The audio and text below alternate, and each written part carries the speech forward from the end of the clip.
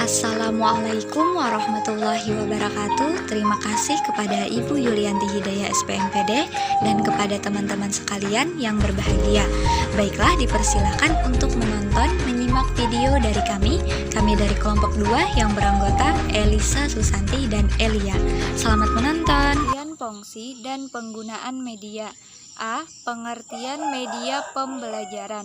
Kata media merupakan bentuk jamak dari medium yang secara harfiah berarti perantara atau pengantar. Beberapa ahli memberikan definisi tentang media pembelajaran. Scrum mengemukakan bahwa media pembelajaran adalah teknologi pembawa pesan yang dapat dimanfaatkan untuk keperluan pembelajaran. Secara khusus, kata tersebut dapat diartikan sebagai alat komunikasi yang digunakan untuk membawa informasi dari satu sumber ke penerima.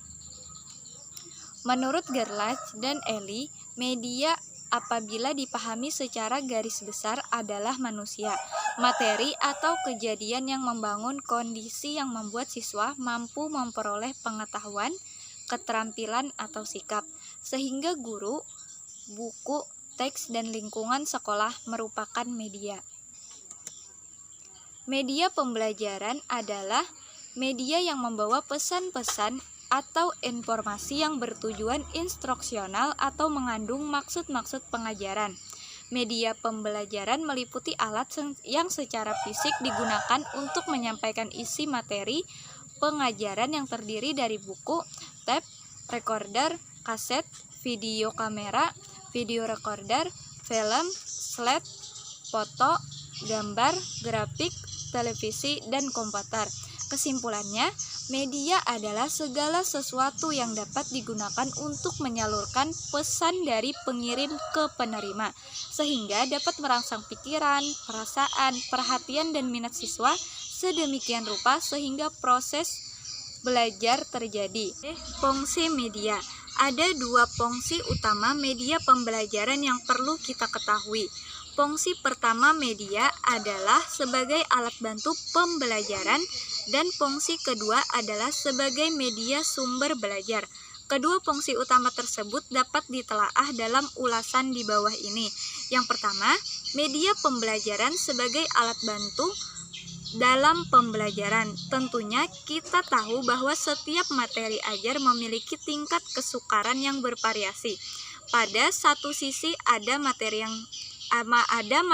ajar yang tidak memerlukan alat bantu, tetapi di lain pihak ada materi ajar yang sangat memerlukan alat bantu berupa media pembelajaran.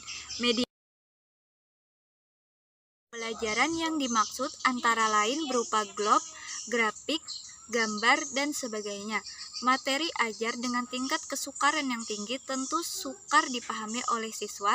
Tanpa bantuan media, maka materi ajar menjadi sukar dicerna dan dipahami oleh setiap siswa.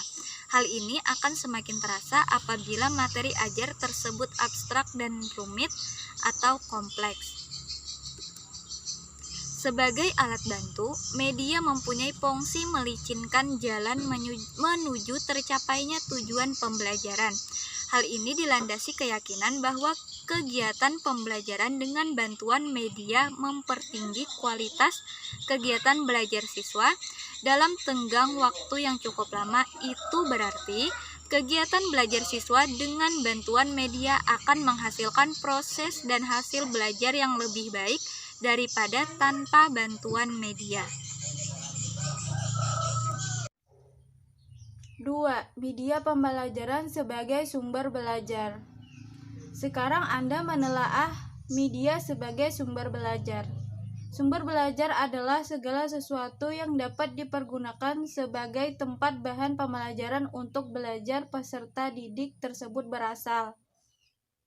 Sumber belajar dapat dikelompokkan menjadi 5 kategori, yaitu manusia, buku, perpustakaan, media massa, alam lingkungan, dan media pendidikan.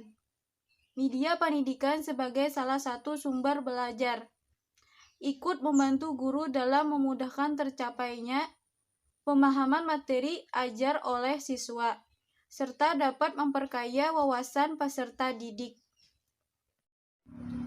Menurut Levy dan Lenz pada tahun 1982, itu karena media pembelajaran khususnya media visual memiliki 4 fungsi, yaitu 1. Fungsi atensi, yaitu dapat menarik dan mengarahkan perhatian siswa untuk berkonsentrasi kepada isi pelajaran yang berkaitan dengan makna visual yang ditampilkan atau menyertai teks, materi, dan pelajaran. 2. Fungsi afektif, yaitu dapat menggugah emosi dan sikap siswa. 3. Fungsi kognitif, yaitu memperlancar tujuan untuk memahami dan mengingat informasi atau pesan yang terkandung dalam gambar. Dan yang terakhir, keempat, fungsi compensation, yaitu dapat mengakomodasikan siswa yang lemah dan lambat menerima dan memahami isi pelajarannya. C. Penggunaan media pembelajaran. Penggunaan media pembelajaran diantaranya adalah 1. Menjelaskan materi pembelajaran atau objek yang abstrak atau tidak nyata menjadi konkret atau nyata. Yang kedua, memberikan pengalaman nyata dan langsung karena siswa dapat berkomunikasi dan berinteraksi dengan lingkungan tempat belajarnya. Yang ketiga, mempelajari materi pembelajaran secara berulang-ulang. Yang keempat, memungkinkan adanya persamaan pendapat dan persepsi yang benar terhadap suatu materi pembelajaran atau objek. Yang kelima, menarik perhatian siswa sehingga membangkitkan minat, motivasi, aktivitas, dan kreativitas belajar siswa. Yang keenam, membantu siswa belajar secara individual, kelompok, atau klasikal. Yang ketujuh, materi pembelajaran lebih lama diingat dan mudah untuk diungkapkan kembali dengan cepat dan tepat. Yang kedelapan, mempermudah dan mempercepat guru menyajikan materi pembelajaran sehingga siswa mudah mengerti. Yang kedelapan, mengatasi ruang, waktu, dan indera.